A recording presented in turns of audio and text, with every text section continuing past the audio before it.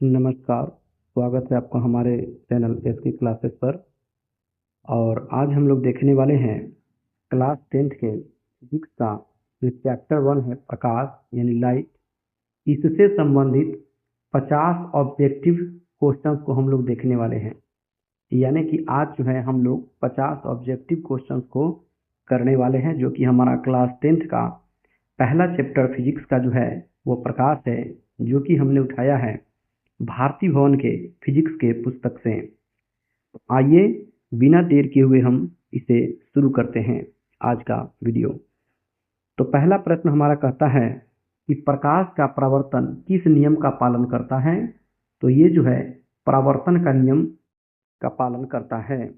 अगले प्रश्न की ओर हम लोग चलेंगे तो देखेंगे कि अगला प्रश्न जो है हमारा कहता है कि आपतन कोण और परावर्तन कोण क्या होते हैं। तो आपतन कोण और परावर्तन कोण जो होते हैं वो बराबर होते हैं। अगले प्रश्न की ओर चलेंगे जो कि हमारा तीसरा प्रश्न होगा। और तीसरा प्रश्न हमें कहता है कि समतल दर्पण में बना प्रतिबिंब कैसा होता है। तो समतल दर्पण में जो प्रतिबिंब होता है वो आभासी होता है। अगले प्रश्न की ओर चलेंगे जो कि हमारा चौथा प्रश्न होगा। और ये चौथा प्रश्न कहता है कि समतल दर्पण में प्रतिबिंब का आकार होता है, यानी कि कैसा आकार होता है। तो ये जो होता है वस्तु के बराबर होता है। अगले प्रश्न की ओर चलेंगे, पांचवें प्रश्न की ओर। तो गोलाकार दर्पण कितने प्रकार के होते हैं, है ना। स्फेरिकल मिरर जो आप पढ़े हैं चैप्टर्स में, वहां से ये सवाल है। तो 2 प्रकार के होते हैं। अगले प्रश्न की ओर चलते हैं। छठा क्वेश्चन है, ये कहता है कि अवतल दर्पण का उपयोग होता है कहाँ पे करते हैं। तो स्टेयरिंग में हम लोग अवतल दर्पण का प्रयोग करते हैं। अगले प्रश्न की ओर चलते हैं जो कि हमारा 7वां प्रश्न होगा कि उत्तल दर्पण में प्रतिबिंब होता है। तो उत्तल दर्पण में प्रतिबिंब कैसा बनता है। तो आभासी प्रतिबिंब बनता है। अगले प्रश्न की ओर चलेंगे जो कि हमारा 8वां प्रश्न होगा। कहता है कि दर्पण का जो सूत्र होता है वह क्या होता है। तो ये होता है 1/f equal to 1/u plus 1/v। तो आप इसे अवश्य याद रखेंगे, ये सारे प्रश्न एग्जाम्स में जरूर यहाँ से पूछे जाएंगे। अगले प्रश्न की ओर हम लोग बढ़ते हैं जो कि हमारा 9 नंबर सवाल होगा। और ये कहता है कि आवर्धन यानी कि मैग्निफिकेशन का सूत्र क्या है दर्पण के लिए, है ना। तो वो जो हो जाता है m equal to minus v/u होता है। नेक्स्ट क्वेश्चन की ओर चलेंगे हम लोग जो कि हमारा 10वां प्रश्न होगा। और 10वां प्रश्न कहता है कि अवतल दर्पण में फोकस क्या होता है। तो अवतल दर्पण में जो फोकस होता है वह सामने होता है। 11 नंबर प्रश्न की ओर चलेंगे कि उत्तल दर्पण का फोकस क्या होता है। तो उत्तल दर्पण का जो फोकस होता है वह पीछे की ओर होता है। अगले प्रश्न की ओर चलेंगे जो कि हमारा 12 नंबर सवाल होगा। कहता है कि प्रकाश का अपवर्तन होता है ना। तो माध्यम के बदलने से होता है। नेक्स्ट क्वेश्चन यानी कि 13वां नंबर प्रश्न पर चलेंगे। ये क्या कहता है कि अपवर्तन का जो नियम है वो किसने दिया था। तो ये स्नेल ने दिया था। याद रखेंगे अपवर्तन का नियम किसने दिया था। तो स्नेल ने दिया था। अगले प्रश्न की ओर चलेंगे। 14 नंबर क्वेश्चन है कि अपवर्तनांक यानी कि रिफ्रैक्टिव इंडेक्स का सूत्र क्या होता है। तो ये होता है n इक्वल टू यानी कि c/v होता है। अगले प्रश्न की ओर चलेंगे। 15 नंबर प्रश्न हमारा कहता है कि प्रकाश की गति निर्वात में क्या होती है। निर्वात में पूछा गया है ना। तो ये जो हमारा होता है 3 × 10⁸ मीटर प्रति सेकेंड होता है। 3 × 10⁸ मीटर प्रति सेकेंड। 16वां प्रश्न को देखेंगे क्या कहता है। कहता है कि कांच का जो अपवर्तनांक होता है वह क्या होता है 1.5 होता है। आइए 17 नंबर प्रश्न की ओर चलते हैं। क्या कहता है कि लेंस कितने प्रकार के होते हैं। आप लोग भी पढ़े होंगे, लेंस 2 प्रकार के होते हैं। अगले प्रश्न की ओर चलेंगे जो कि हमारा 18वां प्रश्न होगा कि उत्तल लेंस को हम लोग क्या कहते हैं, है ना। उत्तल लेंस को हम लोग क्या कहते हैं। तो 18वां प्रश्न का ये जो जवाब हो जाएगा यानी कि ये देखिए अभिसारी लेंस कहते हैं। यानी कि उत्तल लेंस को क्या कहते हैं, अभिसारी लेंस कहते हैं। नेक्स्ट हमारा क्वेश्चन जो होगा वह 19वां प्रश्न होगा। 19वां प्रश्न का क्या कहता है कि अवतल लेंस को क्या कहते हैं। तो इसे अपसारी लेंस भी कहते हैं। अगले प्रश्न की ओर चलेंगे जो कि हमारा 20वां प्रश्न होगा कि लेंस का सूत्र क्या होता है। तो इसका सूत्र होता है 1/f equal to 1/v minus 1/u।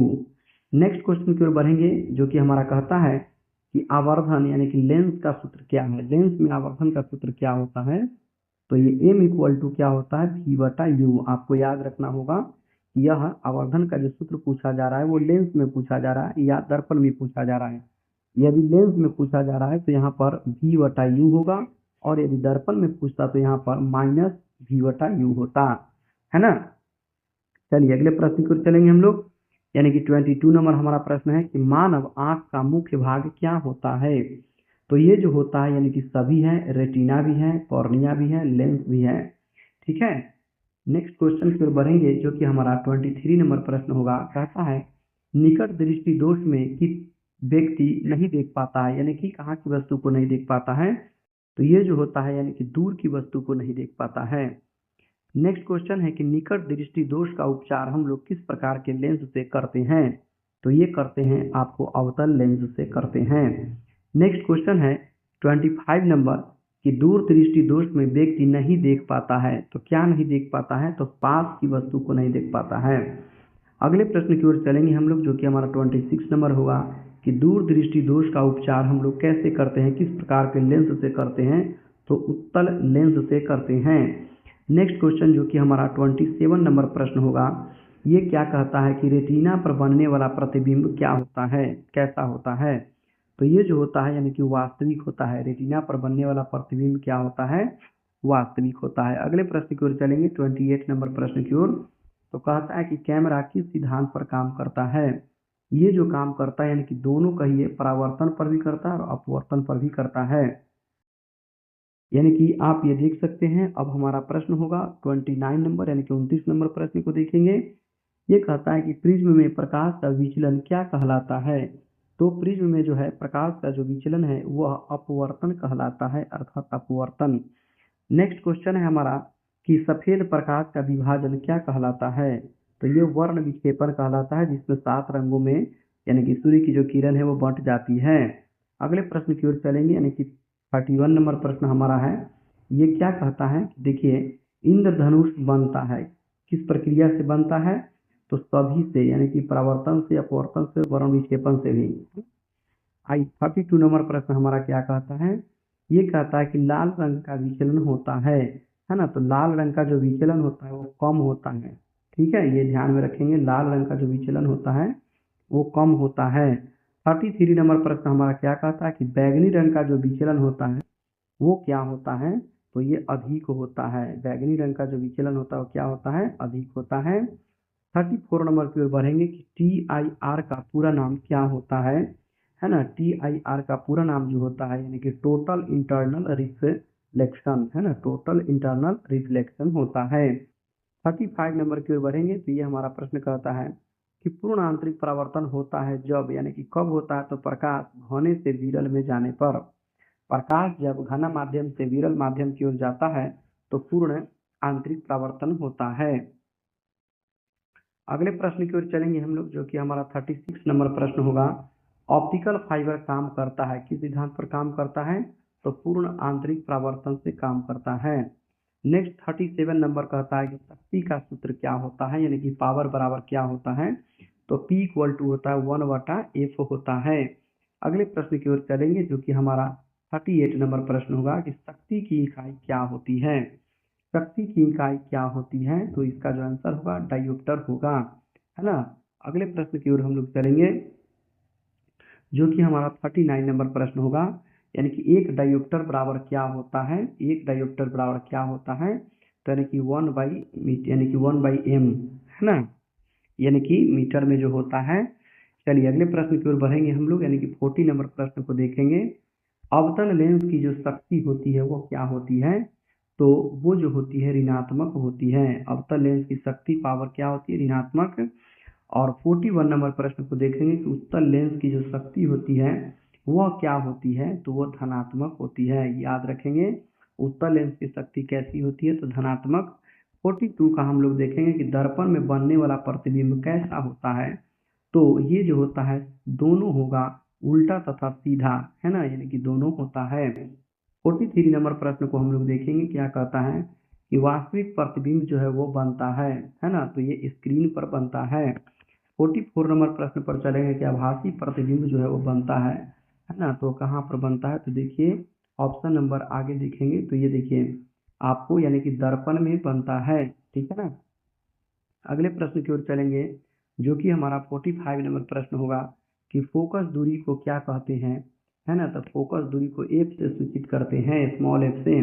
अगले प्रश्न की ओर चलेंगे यानी कि जो कि हमारा 46 नंबर प्रश्न होगा, ये क्या कहता है कि वस्तु दूरी को क्या कहते हैं, तो इसको यू से सूचित करते हैं, ठीक है। वस्तु दूरी को यू से सूचित करते हैं।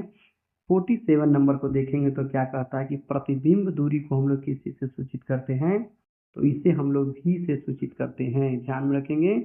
अगले प्रश्न की ओर हम लोग चलेंगे जो कि हमारा 48वां प्रश्न होगा। ये क्या कहता है कि समतल दर्पण में जो दूरी होती है वह क्या होती है। समतल दर्पण में की दूरी जो होती है वो क्या होती है, तो बराबर होती है। अगले प्रश्न की ओर हम लोग चलेंगे 49 की तरफ, तो देखेंगे कि क्या कहता है कि दर्पण में लैटरल इन्वर्सन क्या होता है, तो ये जो होता है दाएं बाएं बदलने की प्रक्रिया होता है ना। नेक्स्ट जो हमारा क्वेश्चन है कि प्रकाश एक प्रकार की क्या है, तो ये आप देख सकते हैं, है ना। 50 नंबर प्रश्न जो होगा अंतिम प्रश्न होगा कि प्रकाश एक प्रकार की क्या है, तो प्रकाश जो है एक प्रकार की यानी कि ये ऊर्जा है, एनर्जी है। जब आप प्रकाश चैप्टर पढ़े होंगे तो जरूर प्रकाश की परिभाषा के साथ इसे आप देखे होंगे कि प्रकाश एक प्रकार की क्या है, एनर्जी है, ऊर्जा है। तो बच्चों आज हमने 50 प्रश्नों को कवर किया है जो कि हमारा क्लास 10वीं का यानी कि फिजिक्स का पहला चैप्टर प्रकाश से रिलेटेड था। तो यदि आप भी आगे इसी तरीके का वीडियो चाहते हैं तो प्लीज़ हमें कमेंट में कमेंट करके बताएं कि आप किस चैप्टर का ऑब्जेक्टिव क्वेश्चन करना चाहते हैं, तो उस पर हम आपके लिए ज़रूर वीडियो लेकर के आएंगे। तो फिर हम आपसे मिलेंगे अगले वीडियो में, तब तक के लिए धन्यवाद।